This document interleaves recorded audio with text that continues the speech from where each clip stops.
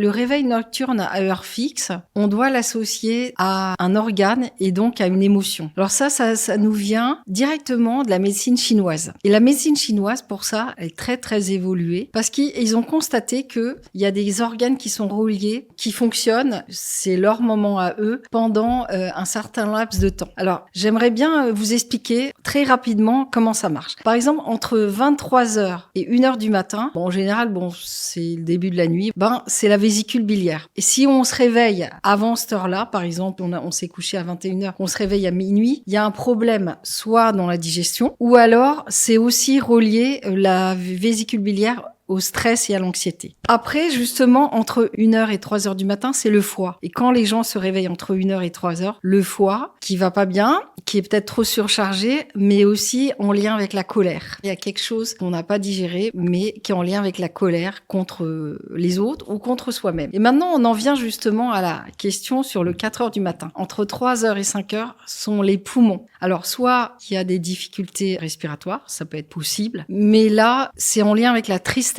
Les poumons, c'est la tristesse. Et donc, il y a une partie inconsciente qui est triste. Et c'est pour ça que ça vous réveille. Bon, après, on va plus loin, entre 5 et 7. Après, la dernière partie de la nuit, c'est le gros intestin et le côlon. Et là, c'est le manque de lâcher prise. On relie quand même toujours le physiologique à l'émotionnel. Et là, c'est un manque de lâcher prise ou alors un blocage émotionnel qu'on n'arrive pas à résoudre. Et là, vous savez où est-ce que vous pouvez le résoudre.